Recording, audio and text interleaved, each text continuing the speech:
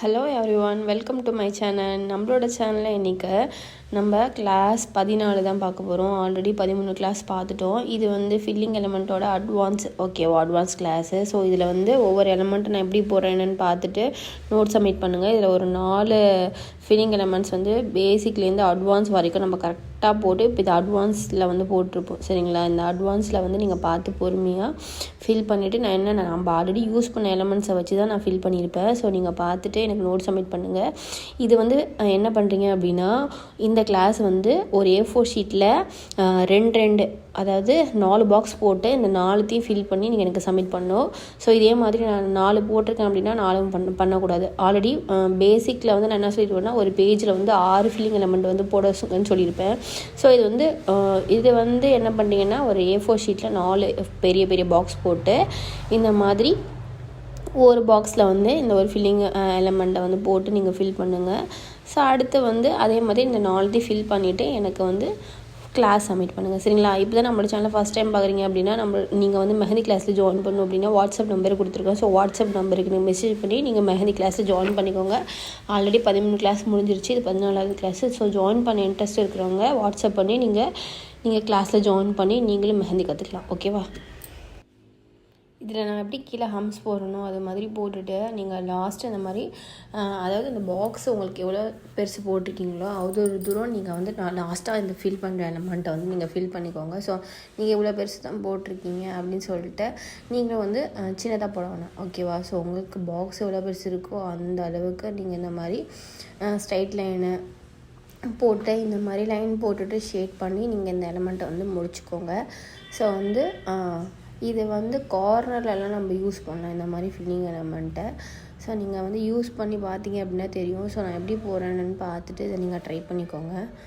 இது நான் எப்படி ஃபில் பண்ணுறேன் அப்படின்னா, ஒரு பாக்ஸு விட்டு, அதாவது ஒரு பாக்ஸ் கேப் விட்டு இன்னொரு பாக்ஸில் வந்து நான் ஷேட் பண்ணிவிட்டு அதுக்கப்புறமேட்டு டார்க் பண்ணிக்கிறேன். சரி, அடுத்தடுத்து நம்ம வந்து பக்கத்தில் டார்க் அந்த ஷேட் பண்ணோம் அப்படின்னா நல்லா இருக்காது.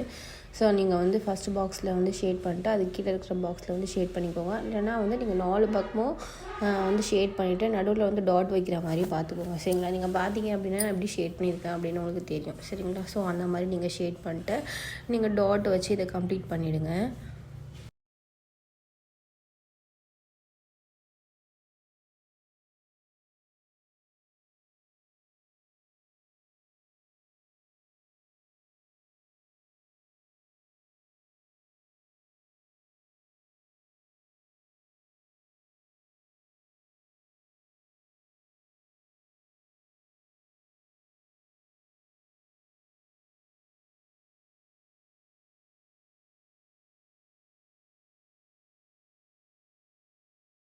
இந்த எலமெண்ட்டில் நான் என்ன பண்ணியிருக்கேன் அப்படின்னா, ஸ்பைரல் போட்டு குட்டி ஹம்ஸ் போட்டு பெரிய பெட்டல்ஸ் போட்டு 2 லைன் போட்டிருக்கேன். அதுக்கப்புறம் அதுக்கு மேலே ஹம்ஸ் போடுறேன். சரிங்களா? கொஞ்சம் லாங் ஹம்ஸ். ஓகேவா?